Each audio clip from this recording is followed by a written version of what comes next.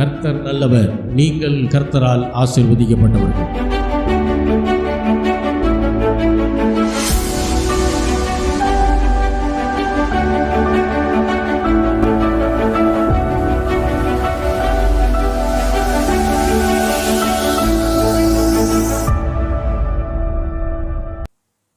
கர்த்தருடைய வார்த்தைக்கு நாம் திரும்புவோம். தேவன் உங்களை ஆசீர்வதிக்கிற தேவனாக இருக்கிறார். நாளைக்கு அல்ல, இன்றைக்கே. தேவாலயத்தில் சூம்பினை கையை உடைய ஒரு மனிதன் இருந்தான். வசனம் அப்படிதான் சொல்லுது. தேவாலயத்தில் அசுத்தாவி பிடித்திருந்த ஒரு மனிதன் இருந்தான். 50 பேரும் தேவாலயத்தில் தான் இருக்கான். பைபிளில் பார்த்தீங்கன்னா சூம்பின கையுடைய மனுஷனும் தேவாலயத்தில் தான் இருக்கான். கண்ணு கூடானவனும் எங்கே தான் இருக்கான்? தேவாலயத்தில் இருக்கிறான். குஷ்டரோகிகளும் எங்கே நின்று செய்கிறாங்க? தேவாலயத்துக்கு புறம்பான மண்டபத்தில் இருக்கிறாங்க. அசுத்தாவி பிடிச்ச மனுஷன் எங்கே தான் இருக்கிறான்? தேவாலயத்தில் தான் இருக்கிறான். இப்போது கை சூம்பின கையாக இருக்கிறதுனால கிட்னியோ இதயமோ ஒழுங்கா ஃபங்க்ஷன் ஆகுமா ஆகாதா? கை சூம்பின கை, கிட்னி ஒழுங்காக வேலை செய்யுமா? அவருக்கு கண்டிப்பாக செய்யும். இதயம் ஒழுங்காக வேலை செய்யுமா? கண்டிப்பாக செய்யும். இதயம் வேலை செய்கிறனால தான் அவர் உயிரோடு இருக்கிறார். அப்போது உங்களுடைய ஆனாலும் தேவன் என்ன செய்கிறாரு? அந்த சூம்பின கையோடு இன்னும் 40 வருஷம் கூட அந்த மனுஷன் வாழ்ந்துட முடியும். ஆனால் ஆண்டவர் அதை பார்த்த உடனே அவனுக்கு கிட்னி நல்லா இருக்குது, இதயம் நல்லா இருக்குது, அதனால் வாழ்ந்துட்டு போட்டோம், கை மட்டும்தானே, சின்ன பிரச்சனை தானே அப்படின்னு ஆண்டவர் விடலை. ஆண்டவர் என்ன செஞ்சார்? அவனை சுகமாக்கினார்.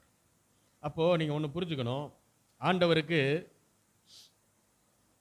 நம்முடைய அத்தியாவசியமான தேவைகளை சந்திப்பது மட்டுமல்ல, நாம் நன்றாக இருக்க வேண்டும் என்பதை ஆண்டவர் விரும்புகிறார். அல்லேலூயா. இது ரொம்ப முக்கியமான ஒரு காரியம். ஒரு கடவுள் அப்படின்னா, அதாவது எனக்கு எதுக்கு கடவுள் அப்படின்னு ஒரு கேள்வி வச்சிங்கன்னா, என்னால் சில விஷயம் செய்ய முடியாது. எனக்கு எவ்வளோ தன்னம்பிக்கை இருந்தாலும் தன்னம்பிக்கை ஒரு நாள் என்னை கைவிட்டுரும். சில விஷயங்களை செஞ்சு தோற்று போகும்போது தன்னம்பிக்கை போயிடும். ஆனால் கர்த்தர் மீதான நம்பிக்கை ஒரு நாள் என்ன செய்யாது? வீண் போகாது. அவர் ஏன் நல்ல தேவன்னு சொல்கிறோன்னா, நம்முடைய அடிப்படை தேவைகளான உணவு, உடை, இருப்பிடம், இதை மட்டும் சந்திக்கிற தேவன் அல்ல. அதை மீறி நீங்களும் நானும் நல்ல ஒரு வாழ்க்கை வாழ வேண்டும் என்று அவர் விரும்புகிறார். அதனால தான் சூம்பன கையில் இருந்த மனுஷனுடைய அந்த கையை என்ன செஞ்சார்? அவர் அதிலேருந்து அதை சுகப்படுத்தினார். அது மட்டும் இல்லை, அசுத்தாவி பிடித்திருந்த மனுஷன் என்ன செஞ்சார்? அசுத்தாவியை, ஏன் அசுத்தாவி பிடிச்சிருந்தா அந்த மனுஷனால் வாழவே முடியாதா? கண்டிப்பாக வாழ முடியும். உயிரோடு இருக்க முடியுமா இல்லையா உலகத்தில்? ஆனால் தேவன் என்ன செய்தார்? அசுத்தாவியை அவனிடமிருந்து துரத்தினார். அப்போ ஆண்டவர் எவ்வளவு நல்லவராக இருக்கிறான்றதை பார்க்கணும். நாம் உண்மை இல்லாதவர்களாக இருந்தாலும் சரி, அவர் உண்மையுள்ள தேவனாக இருக்கிறார். ஆமென். அல்லேலூயா. அப்போது நாம் நல்லா இருக்கணுன்றதுக்காக அற்புதங்களை செய்கிற தேவனாக இருக்கிறார். அந்த மனுஷனுக்கு தெய்வீக சுகத்தை பெறுவதற்கு ஒரு தகுதியுமே இல்லை. ஒரே தகுதி, கை சூம்பி போயிருக்குது, அவ்வளோதான். அவன் ரொம்ப நல்லவனா, அவன் பரம்பரை கிறிஸ்தவனா, அல்லது இதெல்லாம் ஆண்டவர் பார்க்கவே இல்லை. பாருங்கள், அவனை பார்த்தோன்னே மனதுருகிறார். மனதுருகி அவனுடைய கையை இன்னொரு கையை போல மாற்றுகிறார். இதெல்லாம் நடந்த உண்மை, இதெல்லாம் உண்மை சம்பவங்கள் நடந்தது. அப்போ நாம் உண்மை இல்லாதவர்களாக இருந்தால் கூட தேவன் உண்மையுள்ள தேவனாக இருக்கிறார். சாரால் பார்த்தீங்கன்னா சரீரத்தில் பலன் இல்லாதவர்களாக இருந்தார்கள். ஆனால் ஆண்டவர் விசுவாசித்தோடனே அவர்களுக்குள்ள என்ன செஞ்சு? சரீரத்தில் பலன் வந்தது. அது மட்டுமல்ல, வாக்குத்தத்தம் செய்தவர் உண்மை உள்ளவர் என்று ஆண்டவரை விசுவாசித்தாங்க. விசுவாசித்து பிள்ளையை அவங்க பெற்றாங்க. ஆனால் முதல்ல பார்த்தீங்கன்னா ஆண்டவர் வாக்குத்தத்தம் கொடுத்த உடனே ஆபிரகாமும் சாராலும் நகைத்தார்கள். ஏன்னா ஆண்டவர் உங்களுக்கு ஒரு பிள்ளையை தருவேன்னு சொல்கிறார். எத்தனை வயசில்? 75 வயசில் சொல்கிறார். 75 வயசில் சொன்னால் யாராவது நம்ப முடியுமா? ஏன்னா சரீரம் செத்து போயிடுச்சு. சரீர பிரகாரமான எந்த முயற்சியிலையுமே அவங்களுக்கு பிள்ளை வர்றதுக்கான வாய்ப்பு இல்லை. மெடிக்கல் ரீதியாக அவங்க அன்ஃபிட். ஆனால் ஆண்டவர் சொல்கிறாரு, உன்னுடைய சந்ததியா இருப்பான், ஈசாக்கு தான் உன்னுடைய சந்ததி, உனக்கு ஒரு பிள்ளை வருவான், வாக்குத்தத்தம் உள்ள சந்ததின்னு ஆண்டவர் சொல்றாரு. அதை முதல்ல கேட்டுட்டு அவர்கள் விசுவாசிக்கவில்லை. என்ன செஞ்சாங்க? சாராள் நகைத்தாள் என்று இருக்கு. அதாவது அவங்களுக்கே சிரிப்பு வந்துருச்சு, அதை நம்ப முடியாம சிரிச்சாங்க. ஏன் அந்த நகைப்பு வருதுன்னா அவிசுவாசம். 75 வயசுல பிள்ளை பிறக்குமா அப்படின்னு ஒரு அவிசுவாசம். அதனால ஆண்டவர் சொன்னாரு, நீ சிரிக்கிறதுனால சிரிச்சுக்க, நீ சிரிக்கிறதுனால சிரிச்சுக்க, அதை பற்றி எனக்கு பிரச்சனை இல்லை, ஆனால் நான் சொன்னதான் நடக்கும். அல்லேலூயா. உங்களை பார்த்து நகைக்கிறவங்க, உங்களை பார்த்து கேலி பண்ணுறவங்க கேலி பண்ணிக்கிட்டே இருக்கட்டும். அவங்க எல்லாத்துக்கும் நீங்கள் பதில் சொல்லணும்னு அவசியம் இல்லை. நீங்கள் செய்ய வேண்டியது ஒன்றே ஒன்று தான், கர்த்தர் மேலே விசுவாசமாக இருங்க, அவரை நம்பிக்கிட்டு இருங்க. அவர் என்னை உயர்த்துவார் நம்புங்க, அவருடைய பிரச்சனையை மாற்றுவார்னு நம்புங்க. நீங்கள் ஆண்டவரை நம்ப தேவனுடைய அற்புதங்கள் உங்களுடைய வாழ்க்கையில் ஆட்டோமேட்டிக்காக நடக்கும். ஏன்னா விசுவாசிக்கிறவனுக்கு எல்லாம் கூடும். தேவனால் எல்லாம் கூடும், கரெக்டு. விசுவாசிக்கிறவனுக்கும் எல்லாம் கூடும், அதான் வசனம். அப்போ ஆண்டவரை சரியாக விசுவாசிக்கணும், சரியாக பிடிக்கணும். அவர் நல்ல தேவன், அவர் ஒரு நாள் எனக்கு கெடுதல் செய்ய மாட்டார், அவர் எனக்கு நல்லது மட்டும்தான் செய்வார்.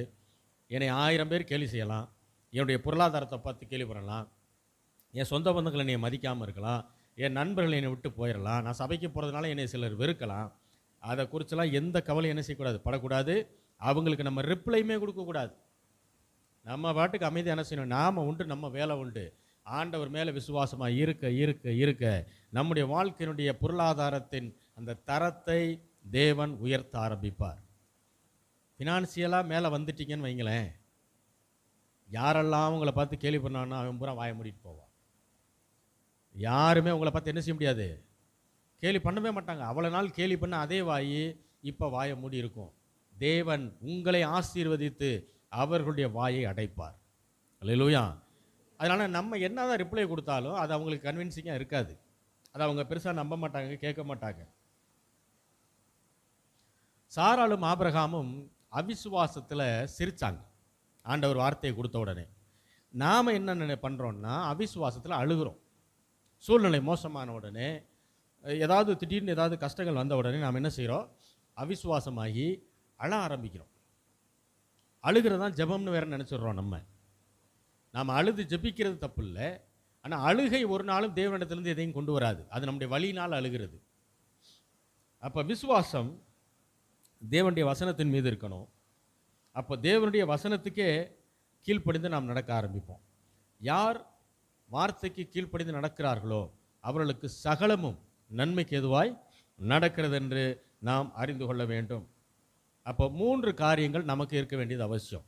ஒரு ரட்சிக்கப்பட்ட தேவனுடைய பிள்ளைகளுக்கு என்னென்ன இருக்கணும்னா, முதல்ல ஆண்டவர் மீதான விசுவாசம், 2வது ஆண்டவருடைய வார்த்தைக்கு கீழ்ப்படுகிறது, 3வது நாம் எதிர்பார்த்த காரியத்தை சுதந்திரிப்பதற்கான பொறுமை. விசுவாசம், கீழ்ப்படிதல், பொறுமை, இந்த 3 ரொம்ப முக்கியம். நான் நினச்ச நேரத்தில் நடந்தால் தான் விசுவாசிப்பேன்றதில்லை.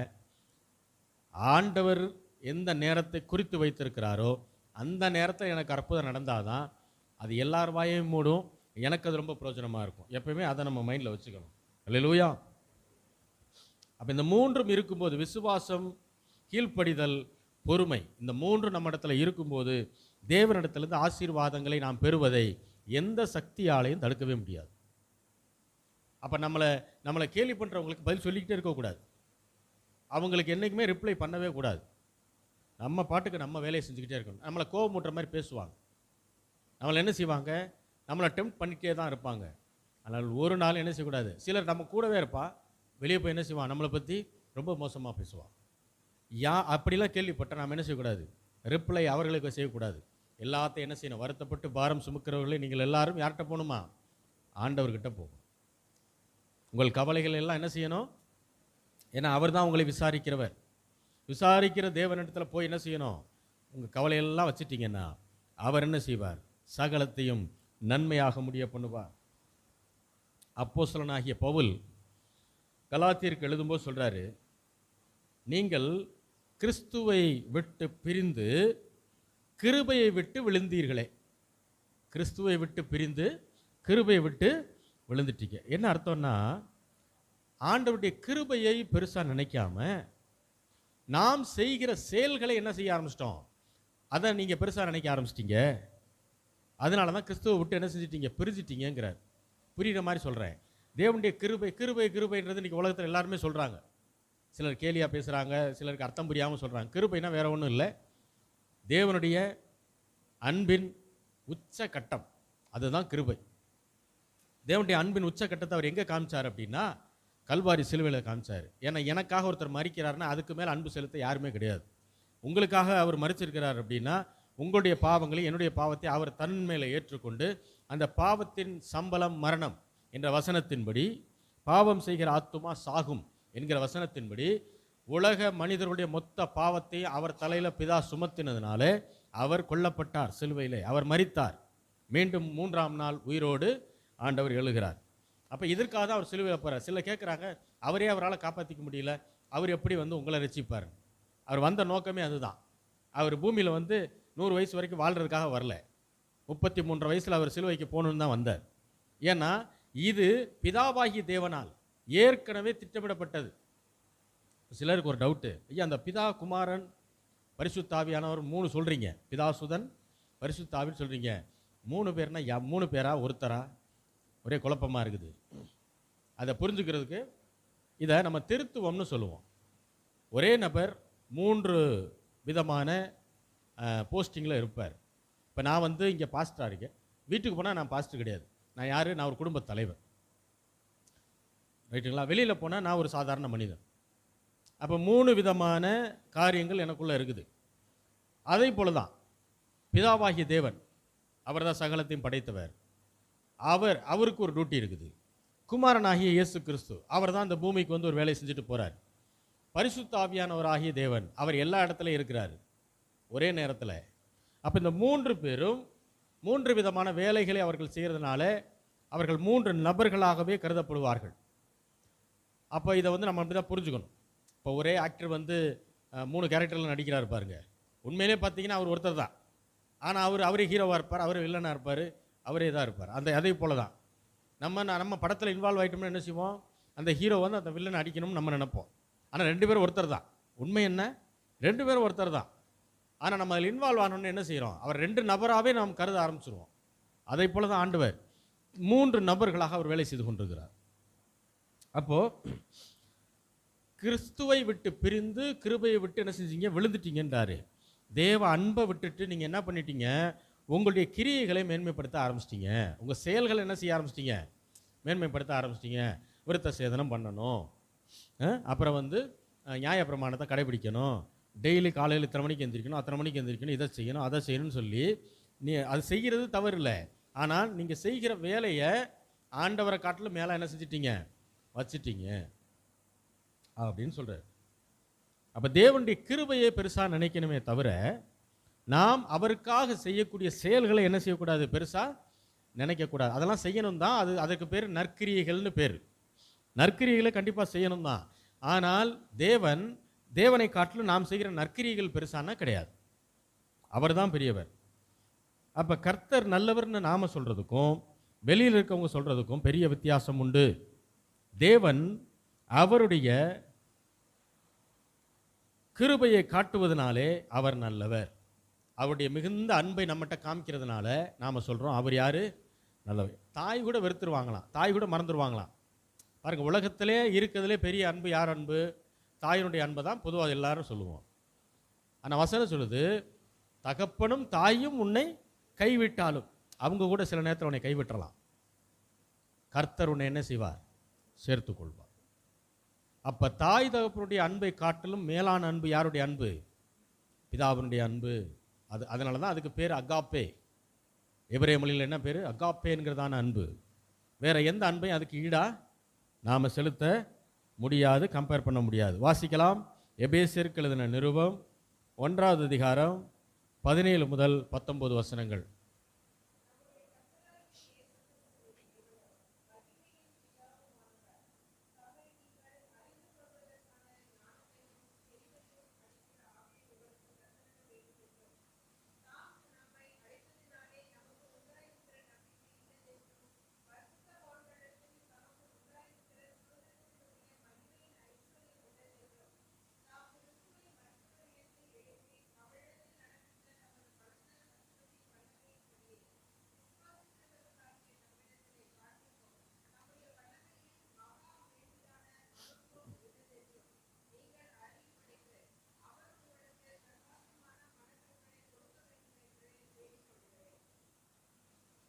பவுல் அப்போஸ்தலன் எபேசிய சபைக்கு எழுதுகிறார்.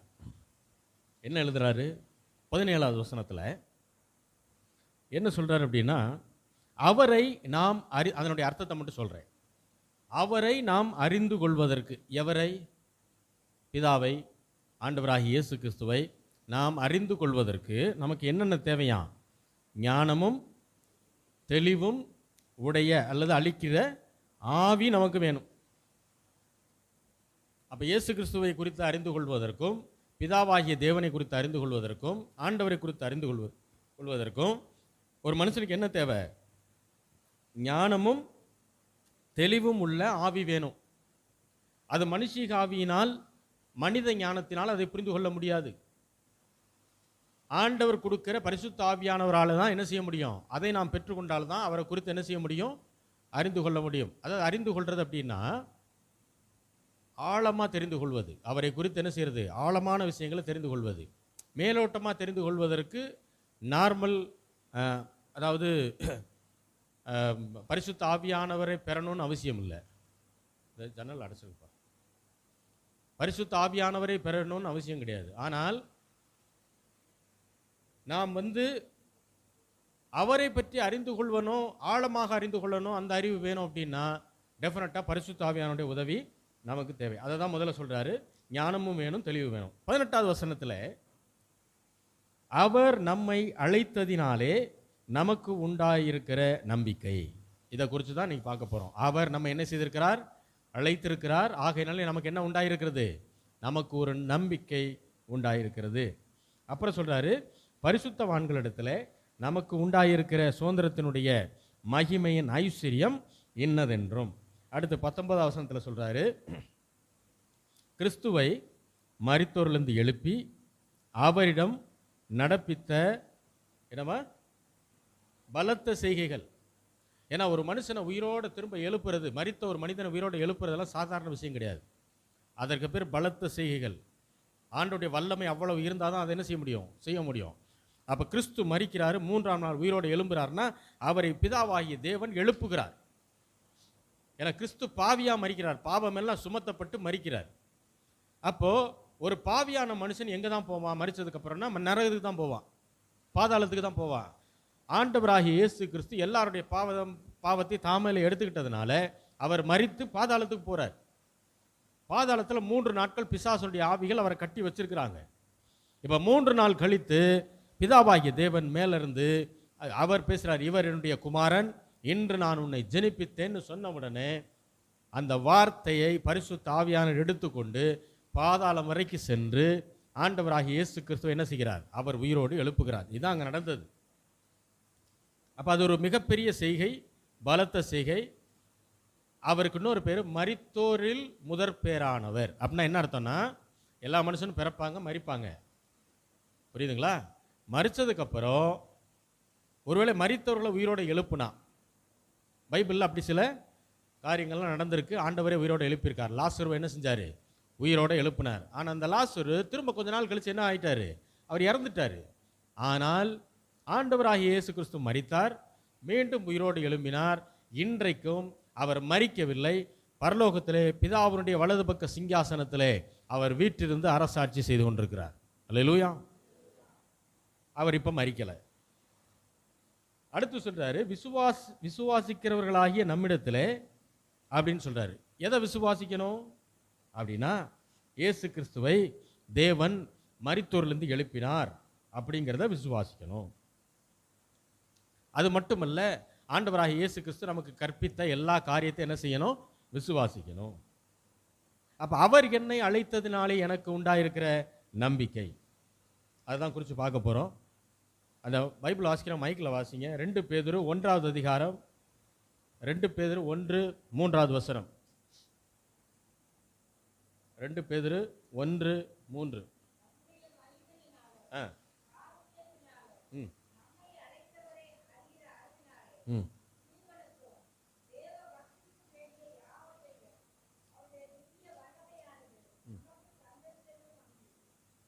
பாருங்க, தம்முடைய மகிமையினாலும் காருண்யத்தினாலும் நம்மை அழைத்தவரை அறிகிற அறிவினாலே. அப்ப என்ன சொல்ல வர்றாருங்க? அவரை பற்றி அறிகிற அறிவினாலே தான் எல்லாமே கிடைக்கும். அதான் அவர் சொல்ல வர பாயிண்ட்டு. ஆண்டவரை குறித்து நம்ம அறிந்து கொள்ள நமக்கு எல்லாமே என்ன செய்யும்? கிடைக்க ஆரம்பிக்கும். அப்படின்னா என்ன அர்த்தம்? இப்போ உங்களை கூப்பிட்றேன், எங்கள் வீட்டுக்கு வாங்க 2 நாள் தங்கிருங்கன்னு சொல்கிறேன். நீங்கள் வந்துட்டீங்க, இன்னைக்கு இன்னைக்கு நைட்டு நீங்கள் ஸ்டே பண்ணிட்டீங்க. காலையில் எழுந்திரிச்ச உடனே நான் உங்கள்கிட்ட கேட்குறேன், சரி இப்போ காலையில் சாப்பாட்டுக்கு நீங்கள் என்ன செய்ய போகிறீங்க அப்படின்னு நான் கேட்குறேன்னு வைங்களேன். நீங்கள் என்ன நினைப்பீங்க? என்ன நீ தாண்டையா கூப்பிட்ட, இப்போ காலையில் சாப்பாட்டுக்கு என்ன செய்வேன்னு நீ கேட்டால் என்ன அர்த்தம் அப்படின்னு நினைப்பீங்களா மாட்டிங்களா? அப்போது நான் உங்களை அழைத்தேன் என்றால் என்ன அர்த்தம்? 2 நாள் எங்கள் வீட்டில் தங்கியிருங்கன்னு சொன்னால் என்ன அர்த்தம்? அந்த 2 நாள் உங்களுக்கு தேவையான அத்தனையும் நான் என்ன செய்ய போகிறேன்? செய்ய போகிறேன்னு அர்த்தம். நான் உங்களுக்கு அதை கொடுக்க போகிறேன்னு அர்த்தம். அதான அர்த்தம். அவர் நம்மை அழைத்திருக்கிறார். என்னவா அழைத்திருக்கிறாரு? அவருடைய பிள்ளைகளாய் நம்மை அழைத்திருக்கிறார். அழைத்ததுனால தான் நம்ம சர்ச்சுக்குள்ளே இருக்கோம். ஆராதனை நடக்கும்போது நம்ம சர்ச்சுக்குள்ளே இருக்கோம். இல்லைன்னா நம்ம எங்கே இருப்போம்? ஒரு காலத்தில் ஞாயிற்றுக்கிழமை சாயந்தரமாக சினிமா கோட்டையில் உட்காந்துருப்போம். கரெக்டாக அப்படி தான் இருப்போம். இல்லை எங்கேயாவது ஒரு சொந்தக்காரங்க வீட்டில் உட்காந்துருப்போம். இதுதான் நடந்திருக்கும். அப்போ அவர் நம்மை அழைத்ததுனால தான் நம்ம இங்கே உட்காந்துருக்கோமே தவிர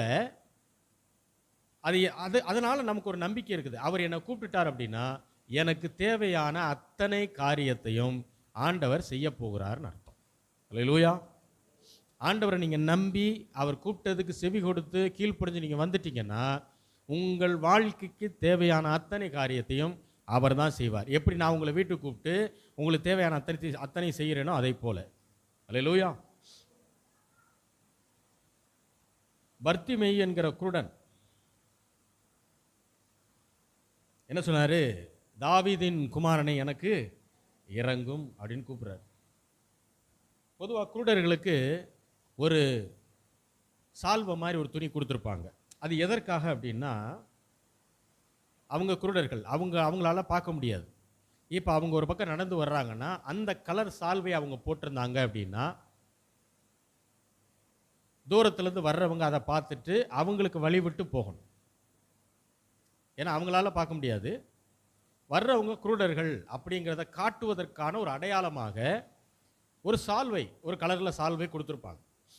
இப்போ ஏத்தாப்பில் வண்டியிலையோ குதிரையிலையோ வர்றவங்க அதை பார்க்கும்போது என்ன செய்வாங்க? அவர்கள் விலகி செல்வார்கள். இப்போ இவர்கள் குருடர்களுக்காக கொடுக்கப்பட்ட அந்த அடையாளத்தை யார் பார்த்தாலும் ஒதுங்கி போயிடுறாங்க. இப்போ அந்த பர்த்திமே என்கிற குருடன் ஆண்டவர் அங்கிட்டு போறாருன்னு கேள்விப்பட்டு தாவீதின் குமாரனை எனக்கு இறங்கும்னு சொல்கிறான். எல்லாரும் அவனை என்ன செய்கிறாங்க? அதட்டுறாங்க. ஆனாலும் மறுபடியும் என்ன செய்கிறான்?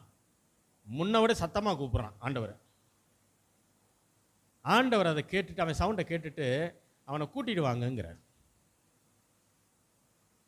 இப்போ நேரம் அந்த குருடன்கிட்ட போய் சொல்கிறாங்க, இயேசு கிறிஸ்து உன்னை என்ன செய்கிறாரு? அழைக்கிறா, ஆண்டவர் உன்னை கூப்பிட்றாரு அப்படின்னு சொன்ன உடனே அந்த குருடன் என்ன செஞ்சான் தெரியுமா? தான் மேலே இருந்த சால்வையை தூக்கி போட்டுட்டு போயிட்டான்.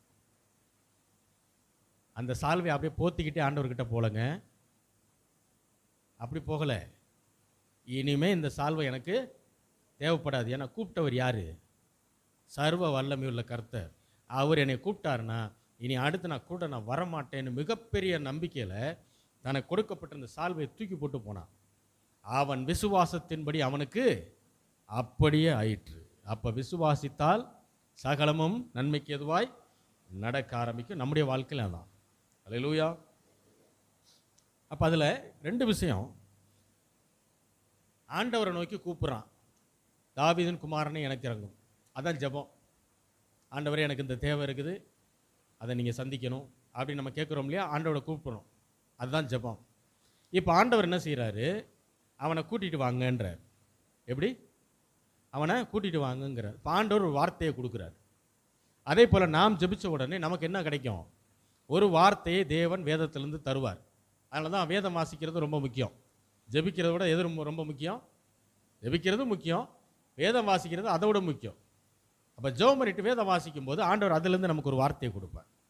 வார்த்தையை கொடுத்துட்டார் அப்படின்னா அவர் மீது சரியான விசுவாசத்தோடு இருக்கணும். அது மட்டுமல்ல, விசுவாச செயலும் இருக்கணும். விசுவாச கிரியைன்னு சொல்றோம். அப்படின்னா என்ன? அந்த குருடன் ஆண்டவர் அழைச்சார்னு அவர்கிட்ட போனது மட்டும் இல்ல, விசுவாச செயல். எது விசுவாச செயல்? தன் மீது போர்த்தப்பட்டிருந்த சால்வையை தூக்கி எரிஞ்சிட்டு போனான் பாருங்க, அதுதான் விசுவாச செயல். ஏன்னா அது இனிமே எனக்கு தேவைப்படாது அப்படிங்கிற ஒரு நம்பிக்கை, விசுவாசம். வாசிக்கலாம். லூக்கா 14வது அதிகாரம் 17வது வசனம். லூக்கா 14:17.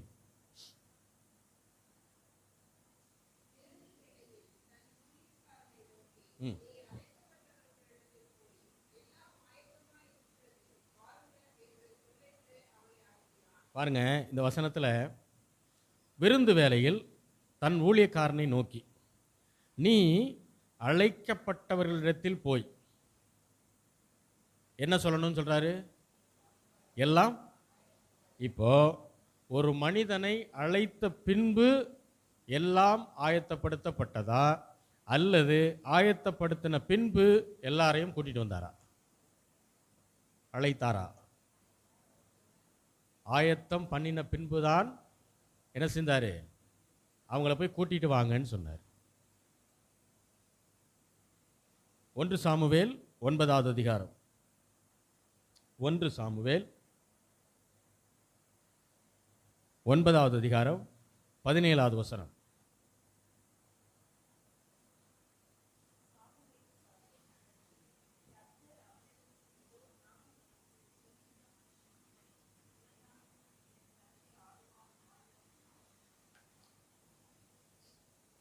சாமுவேல் ஒரு தீர்க்கதரிசி, ராஜாக்களை அபிஷேகம் பண்ணுகிறவர். சவுல் பென்யமீன் கோத்திரத்திலே ஒரு மனிதன். இப்போ ஆண்டவர் ராஜாவை ஏற்படுத்தணும். ஒரு ராஜா கேட்குறாங்க இஸ்ரவேல் ஜனங்கள். ஸோ ராஜாவை ஏற்படுத்தணும்னு ஆண்டவர் பிளான் பண்ணிட்டாரு. அப்போது சவுலை தேவன் ராஜாவாக தெரிந்தெடுக்கிறார். இது நான் பேசுகிறது பழைய ஏற்பாட்டு சவுல். புதிய ஏற்பாட்டு சவுலை நீங்கள் கன்ஃபியூஸ் பண்ணிக்கக்கூடாது. பவுல இவர் பழைய ஏற்பாட்டில் இருக்கிற ஒரு ராஜா, தாவீதுக்கு முன்பாக இருந்த ராஜா. இப்போ இந்த சவுல், சாமுவேல் சவுலை கண்டபோது கர்த்தர் சாமுவேலிடத்தில் என்ன சொல்றாரு? இதோ நான் உனக்கு சொல்லி இருந்த மனுஷன் இவன்தான் என் ஜனத்தை என்ன செய்வான்? ஆளுவான் என்றார். அப்ப சாமுவேல் தீர்க்கதரிசி அந்த சவுல் என்கிற மனுஷனை பார்த்த உடனே ஆண்டவர் சொல்றாரு, இவன் தான் அந்த மனுஷன், நான் ராஜாவா தேர்ந்தெடுத்தேனே அந்த மனுஷன் இவன் தான் அப்படிங்கிறார்.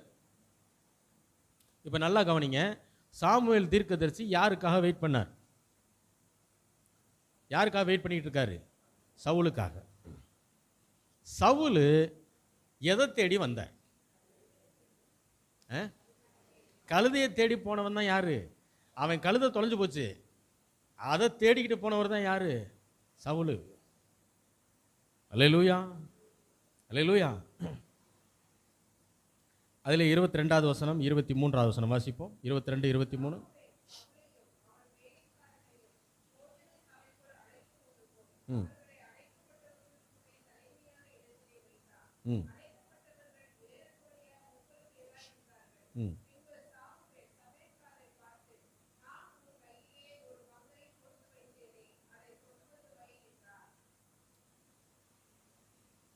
சாமுவேல் யாருக்காக வெயிட் பண்ணாரு? மறுபடியும் சொல்லுவோம், சவுலுக்காக.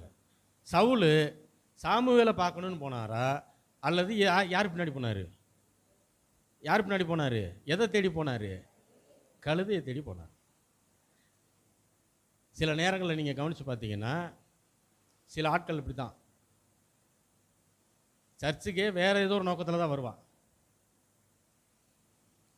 புரியுதுங்களா? சர்ச்சுக்கு வேற நோக்கத்தில் தான் வருவான்.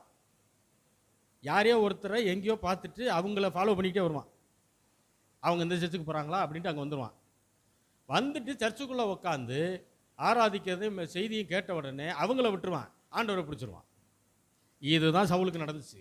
கழுதை பின்னாடி போனவன் கடைசியில் கழுதையை கண்டுபிடிக்கவே இல்லை, கழுதையை விட்டுவிட்டான். விட்டுட்டு என்ன பண்ணிட்டான்? நேராக ராஜாவாயிட்டான், அபிஷேகம் பண்ணிட்டார் ஆண்டவர். சிலரை ஆண்டவர் இப்படியும் பிடிப்பார். அல்லேலூயா.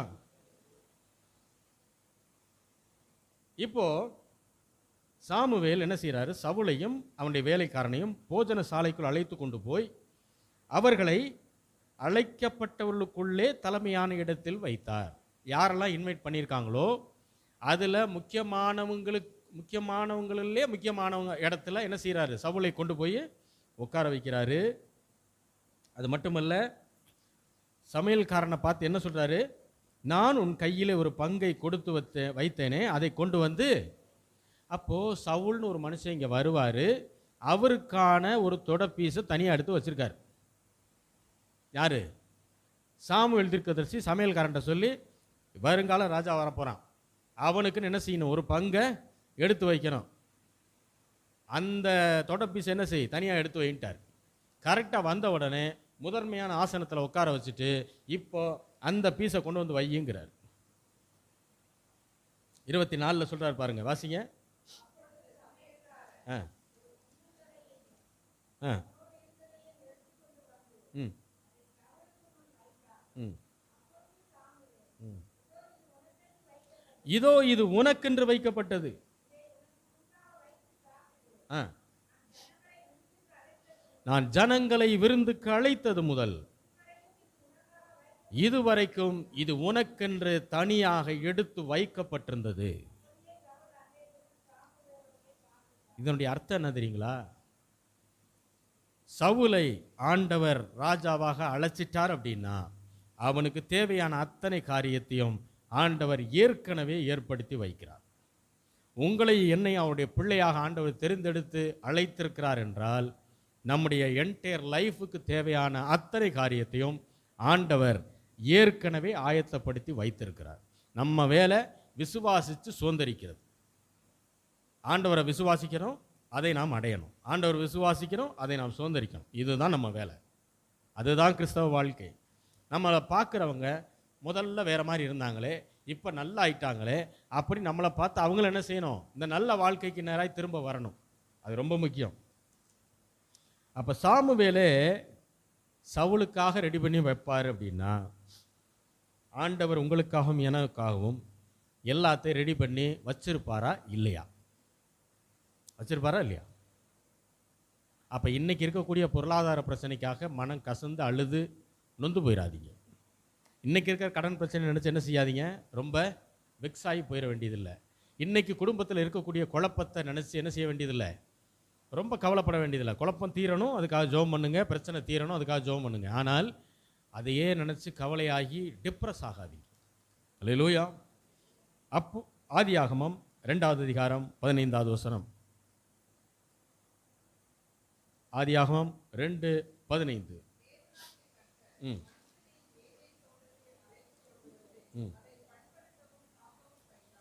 ஆண்டவர் ஆதாமை உண்டாக்கிட்டாரு.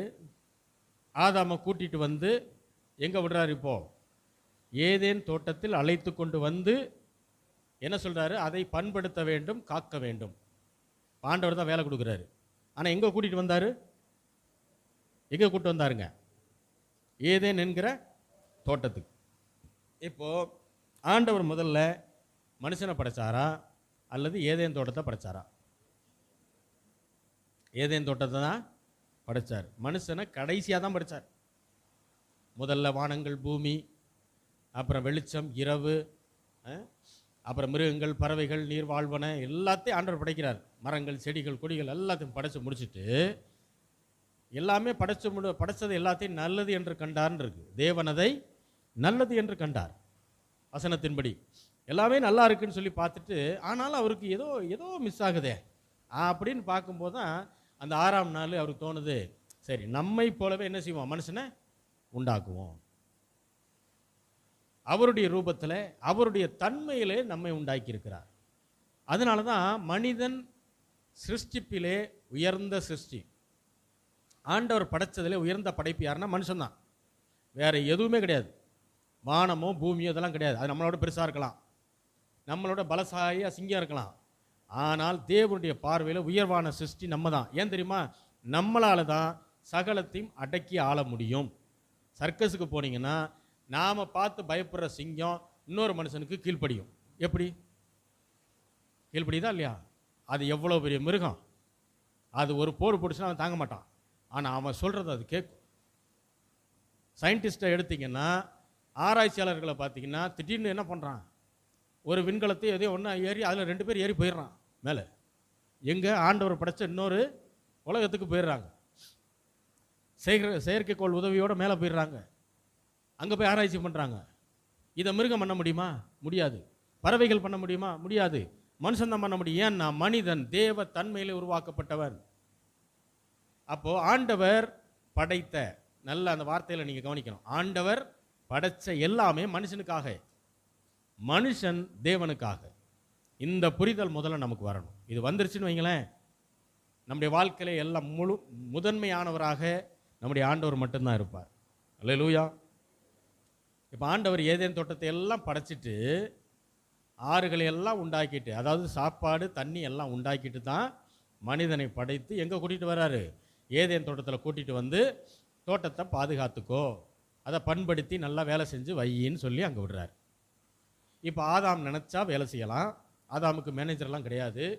அவர் நினச்சா வேலை செய்யலாம், நினச்சா ரெஸ்ட் எடுக்கலாம், பசிச்சா டக்குன்னு ஒரு பழத்தை பிடுங்கி சாப்பிடலாம். ஒன்றும் இல்லை, பல பழத்தை சாப்பிடலாம். ஒரு பழத்தை சாப்பிட்டுட்டு அது புளிக்குதுன்னா தூக்கி போட்டுடலாம். புரியுதா உங்களுக்கு? நம்மளாம் என்ன சொல்லுவோம், ஏன்டா அப்படி வேஸ்ட் பண்ணுறேன்னு சொல்லுவோமா இல்லையா? அங்கே அதுக்கெல்லாம் வழியே கிடையாது. அவர் ஒரு பழத்தை அப்படி பிடுங்குவார், சாப்பிடுவார், நல்லா இருந்தால் சாப்பிடுவார், போர் அடித்தா தூக்கி போட்டுருவார். அவர் ஆண்டவர் ஏன்னு கேட்க மாட்டார்.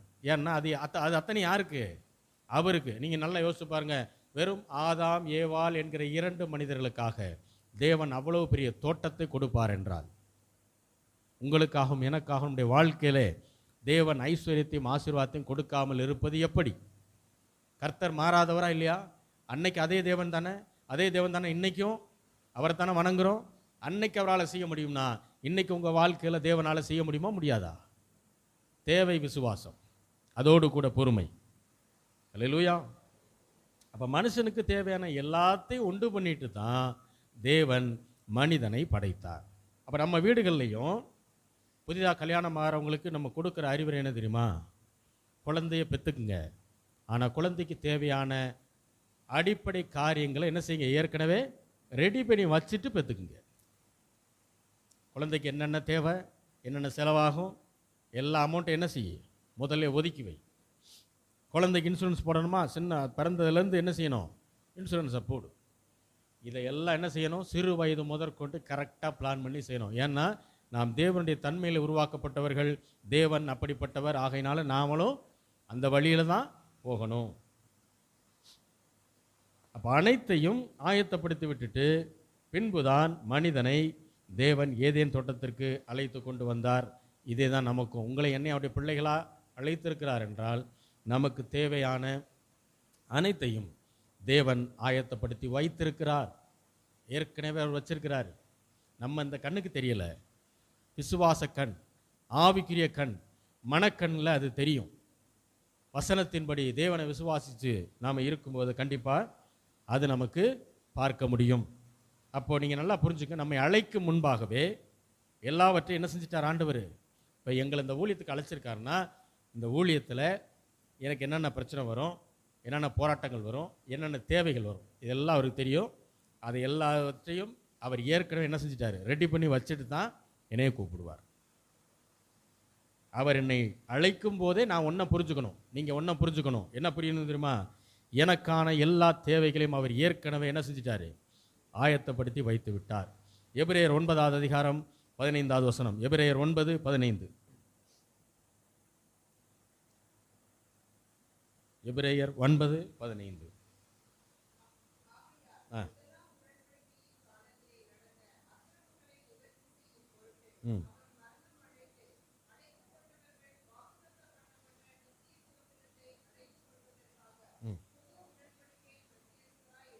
என்ன சொல்றாரு தெரியுங்களா? முதலாம் உடன்படிக்கையின் காலத்திலே, அதாவது ஆண்டவராகிய இயேசு கிறிஸ்து பூமிக்கு வர்றதுக்கு முன்பாக வாழ்ந்தாங்க பாருங்க, அதற்கு முன்பாக வாழ்ந்த பரிசுத்தவான்கள் மக்கள், அது சொல்றாரு. அந்த நேரத்தில் நடந்த அக்கிரமங்கள், பாவங்கள், அதை என்ன செய்யணும்? நிவர்த்தி செய்யணும். அதுக்காக தான் ஆண்டவராகிய இயேசு கிறிஸ்து என்ன செஞ்சார்? சிலுவைக்கு போனார். சிலர் என்ன நினைக்கிறாங்கன்னா, அவர் சிலுவைக்கு போயிட்டு வந்தார் இல்லையா, மரித்து 3ஆம் நாள் உயிரோடு எழுந்தார் பாருங்க, அதுக்கப்புறம் வாழ்கிற நபர்களுடைய பாவத்திற்கு அவர் விமோசனத்தை ஏற்படுத்தி விட்டார்னு நினைக்கிறாங்க. அது மட்டும் அல்ல, அதையும் செஞ்சிருக்காரு. அவர் வாழ்ந்த காலத்திற்கு முன்பாக வாழ்ந்த மனிதர்களுடைய பாவங்களையும் அக்கிரமங்களையும் என்ன செஞ்சாராம்? நிவர்த்தி செய்யும் பொருட்டு ஆண்டவர் இயேசு மரணம் அடைந்து அழைக்கப்பட்டவர்கள் வாக்குத்தத்தம் பண்ணப்பட்ட நித்திய சுதந்திரத்தை அடைந்து கொள்வதற்காக புதிய உடன்படிக்கையின் மத்தியஸ்தராய் அழைக்கப்பட்டவர்கள் யாருன்னா நம்ம தான். நித்திய சுதந்திரம்னா பரலோகம். இப்போ அழைக்கப்பட்ட நம்மளை இந்த பூமியை விட்டு நாம் எடுபடும் காலத்தில் எங்கே கொண்டு போய் சேர்க்கணுமா? பரலோகத்தில் சேர்க்கணும். அதற்காக இயேசு கிறிஸ்து மரித்தார், 3ஆம் நாள் உயிரோடு எழுந்தார். பழைய உடன்படிக்கைக்கும் புதிய உடன்படிக்கைக்கும் மத்தியஸ்தராய் அவர் இருக்கிறார். அப்போ நம்மளை அழைச்சதுனாலேயே அவர் நம்மை நடத்துகிறார். நடத்துறதுன்னா என்ன தெரியுமா? கூடவே வர்றது. வழி நடத்துகிறார் அப்படின்னா நம்ம வழியை காமிக்கிறது மட்டும் இல்லை, கூடவே வந்து காட்டுறது. அவர் அப்படிதான் நம்முடைய வாழ்க்கை பாதையிலே ஆண்டவர் நடத்துகிறார். எது வரைக்கும்? பரலோகம் கொண்டு போய் சேர்க்கிற வரைக்கும். ஒரே ஒரு வசனத்தை வாசித்து முடிப்போம். ரோமர் 9ஆவது அதிகாரம் 11ஆவது வசனம். ரோமர் 9:11.